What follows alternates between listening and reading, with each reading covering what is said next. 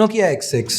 இப்போ ரீசெண்டாக பார்த்தீங்கன்னா எல்லா நோக்கியா ஃபோன்ஸோட பில்ட் குவாலிட்டி, யூசர் எக்ஸ்பீரியன்ஸ் இது எல்லாமே ரொம்ப நல்லா இருந்திருக்கு. ஆனால் ஒரு குறைன்னு பார்த்தா ப்ரைஸிங் ரொம்ப நல்லா பண்ணியிருக்காங்கன்னு சொல்ல முடியாது. சில நோக்கியா ஃபோன்ஸ் என்ன ப்ரைஸ்க்கு வரணும் நம்ம எதிர்பார்த்தோமோ அது ஒரு ரொம்ப அதிகமான ப்ரைஸ்க்கே வந்திருக்கு. பட் இந்த மாதிரி இஷ்யூஸை தான் HMD குளோபல் இந்த தடவை நோக்கியா X6ஓட அட்ரஸ் பண்ணியிருக்காங்க. ஸோ X6 தான் HMD குளோபலோட முதல் நோக்கியா ஃபோன் நல்ல ப்ரைஸ் டு பர்ஃபார்மன்ஸ் ரேஷியோவோடு வந்திருக்கு. இந்த ஃபோனை நான் என்னோடய ப்ரைமரி ஃபோனை ஒரு வாரம் மேலே யூஸ் பண்ணியிருக்கேன். இந்த வீடியோவில் அது எப்படி பர்ஃபார்ம் பண்ணுச்சு அப்படிங்கிறத பார்ப்போம். ஹே கைஸ், என் பேர் ஆஷ். நீங்கள் பார்த்துட்டு இருக்கிறது C4 Tech தமிழ். பார்த்ததுக்கப்புறம் வீடியோ பிடிச்சிருந்துச்சுன்னா மறக்காம கீழே இருக்கிற தம்ஸ் அப் பட்டன், சப்ஸ்கிரைப், பெல் ஐகான்ஸ் இதெல்லாம் ப்ரெஸ் பண்ணுங்கள். இப்போ நம்ம வீடியோக்கு போகலாம்.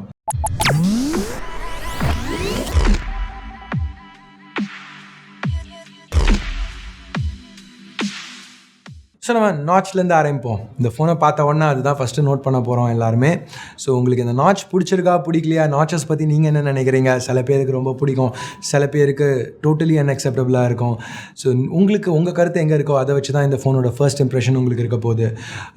நாட்ச்னால high screen to body ratio கிடைக்கும், பட் ஸ்டில் கொஞ்சம் பார்க்குறதுக்கு சில பேருக்கு பிடிக்காது. ஸோ உங்களுக்கு பிடிச்சிருக்கோ பிடிக்கலையோ இந்த ஃபோனில் அதை கொடுத்துருக்காங்க. அதனால ஸ்க்ரீன் டு பாடி ரேஷியோ ரொம்ப கம்மியாக இருக்குது. அஃப்கோர்ஸ் உங்களுக்கு வேணான்னா அதை சாஃப்ட்வேரால் ஹைட் பண்ணுறதுக்கும் ஆப்ஷன் கொடுத்துருக்காங்க. ஸோ ஸ்க்ரீனை பற்றி பேசலை. இங்கே ஒரு 5.8 இன்ச் ஸ்க்ரீன், 19:9 ஆஸ்பெக்ட் ரேஷியோவோட ரெசல்யூஷன் ஃபுல் HD ப்ளஸ் இது IPS LCD.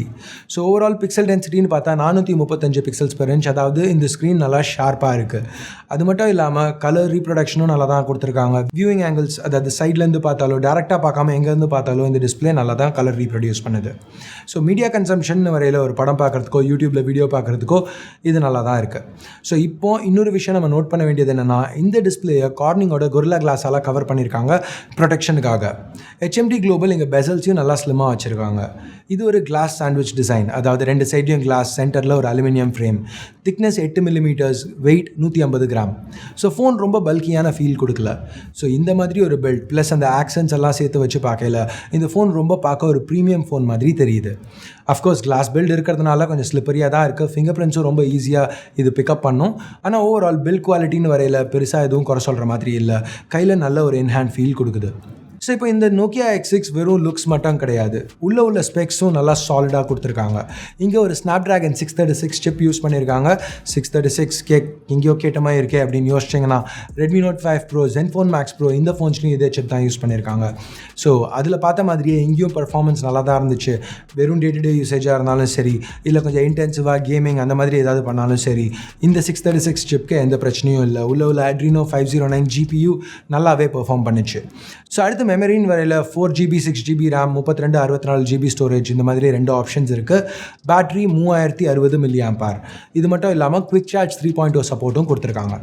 ஸோ பேட்ரி லைஃப்னு வரையில் எதிர்பார்த்ததோட இங்கே பெர்ஃபார்மன்ஸ் பெட்டராகவே இருந்துச்சு.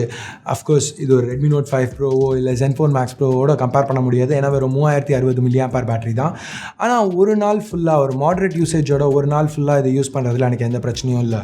ஸோ நான் யூஸ் பண்ண டயத்தில் என்னோட 7 நாளுமே இந்த ஃபோன் அட்லீஸ்ட் 20% பேட்டரியோட தான் எண்ட் ஆச்சு. ஸோ அடுத்து நம்ம சாஃப்ட்வேருக்கு போகிறதுக்கு முன்னாடி உள்ள பாக்கி விஷயங்களெல்லாம் பார்ப்போம். இன்னமும் HMD குளோபல் ஸ்டீரியோ ஆடியோ கொடுக்க மாட்டேங்கிறாங்க. நோக்கியா 6ல் இருந்துச்சு, ரொம்பவே நல்லா இருந்துச்சு. பட் இதில் ஒரு சிங்கிள் ஸ்பீக்கர் மட்டும்தான் இருக்குது. அது நல்லா லவுடாக பர்ஃபார்ம் பண்ணுச்சு. அடுத்து 3.5 mm ஹெட்ஃபோன் ஜாக் இந்த ஃபோனில் கொடுத்துருக்காங்க. ஆடியோ அவுட்புட் டீசென்ட்னு சொல்லலாம். செல் ரிசெப்ஷன், கால் குவாலிட்டி ரெண்டுமே குறை சொல்லிக்கிற மாதிரி இல்லை. சாஃப்ட்வேர்னு வரையில் இது Android 8.1 ஓரியோவில் ரன் ஆகிட்டு இருக்கு. இது சைனீஸ் ஃபர்ம்வேராக இருந்தாலும் நல்லா பார்க்க ஸ்டாக் மாதிரி தான் இருக்குது. நான் அன்பாக்சிங்கில் சொன்ன மாதிரி இது இன்டர்நேஷ்னலாக லான்ச் ஆகையில் Android 1 ப்ரோக்ராம் மூலம் வரும். அப்போது சைனீஸ் ஃபர்ம்வேருக்கு பதிலாக டோட்டல் ஸ்டாக் ஆண்ட்ராய்டோட கொடுப்பாங்க. இப்போ இந்த சைனீஸ் ஃபர்ம்வேரை பற்றி அதனால் நான் ரொம்ப ஃபோக்கஸ் பண்ணல. இதில் ஒரு சில இஷ்யூஸ் இருக்குது, லைக் ஸ்கேலிங் இஷ்யூஸ் அந்த மாதிரி. பட் மோஸ்ட்டாக இதுவும் நல்லா ஸ்மூத்தாக தான் இருந்துச்சு. ஸோ அஃப்கோர்ஸ் இந்த சைனீஸ் ஃபர்ம்வேரில் ஒரு அட்வான்டேஜ் என்னென்னா ஜெஸ்டர் பேஸ்ட் நேவிகேஷன் சிஸ்டமோடு வருது. இது ரொம்பவே இன்ட்யூட்டிவாக இருந்துச்சு, எனக்கு ரொம்ப பிடிச்சிருந்துச்சு. ஸ்டாக் ஆண்ட்ராய்டோட குளோபலாக இது ரிலீஸ் ஆகலையும் இந்த ஃபீச்சர் வந்துச்சுன்னா நல்லாயிருக்கும்னு நினைக்கிறேன். By the way face unlock கொடுத்துருக்காங்க, எந்த பிரச்சனையும் இல்லாமல் ஒர்க் ஆச்சு. ஃபிங்கர் பிரிண்ட் ஸ்கேனரும் ஃபாஸ்ட்டாக ஆக்யூரேட்டாக இருந்துச்சு.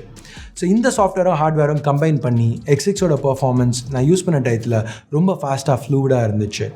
ஸோ வெறும் சோஷியல் மீடியா செக் பண்ணிகிட்ருக்கேன், இல்லை ப்ரௌஸ் பண்ணிகிட்ருக்கேன், இல்லை 2 ஆப்க்கு மாற்றி ஜம்ப் பண்ணிகிட்ருக்கேன், என்ன பண்ணாலும் ஸ்மூத்தாக தான் இருந்துச்சு.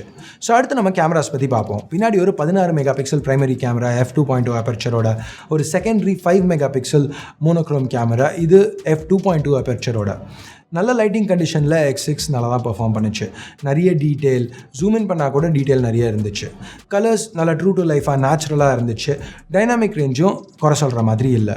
ஸோ டைனாமிக் ரேஞ்ச் பற்றி பேசையில் X6ல் ஆட்டோ HDR ஆப்ஷன் இருக்குது. சில காம்படிஷன் ஃபோன்ஸ், அதாவது Redmi Note 5 Pro மாதிரியில் ஆட்டோ HDR ஆப்ஷன் கிடையாது. ஸோ இந்த HDR மோடை வச்சு நல்லா அந்த ஷேடோஸ்லேருந்து நிறைய டீட்டெயிலை வெளியில் எடுத்துகிட்டு வர முடிஞ்சது, ஹைலைட்ஸ் ப்ளோ அவுட் ஆகாமல். நோக்கியா X6ல் இன்னமும் நம்ம முன்னாடி பார்த்த மாதிரி இல்லை Nokia features Pothi picture and picture இது எல்லாத்துக்கும் கூட சப்போர்ட் கொடுத்துருக்காங்க. அது மட்டும் இல்லாமல் ஒரு ஃபுல் ஃப்ளெஜ் ப்ரோ மோட் ஆப்ஷனும் கொடுத்துருக்காங்க. அது கண்டிப்பாக ஒரு பாசிட்டிவ்.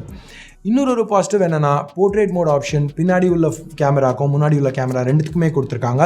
இதை போகே மோட் அப்படின்னு சொல்லி நோக்கியா சொல்கிறாங்க. ஸோ இது மட்டும் இல்லாமல் ஒரு லைவ் ஃபோக்கஸ் ஆப்ஷனும் கொடுத்துருக்கிறதுனால நம்ம பேக்ரவுண்ட் பிளர் நம்மளுக்கு வேணுங்கிற அளவுக்கு ஏற்றவோ இறக்கவோ முடியும். லோ லைட்டில் அஃப்கோர்ஸ் பர்ஃபார்மன்ஸ் கொஞ்சம் அடி வாங்குது, ஆனாலும் ரொம்ப குறை சொல்கிற மாதிரி இல்லை. அஃப்கோர்ஸ் நிறைய நாய்ஸ் இருக்குது. இது நம்ம எதிர்பார்த்த விஷயம்தான். லோ லைட்டில் ஜென்ரலாக செல்ஃபோன் கேமராஸில் நாய்ஸ் வரும், எஸ்பெஷலி இந்த செக்மெண்ட்டில். ஆனாலும் ஒரு சோஷியல் மீடியா ஷேரிங்க்கு ஒரு ஃபேஸ்புக், ட்விட்டர், வாட்ஸ்அப் இதிலெல்லாம் போடுறதுக்கு பிக்சர்ஸ் நல்லாவே தான் இருந்துச்சு.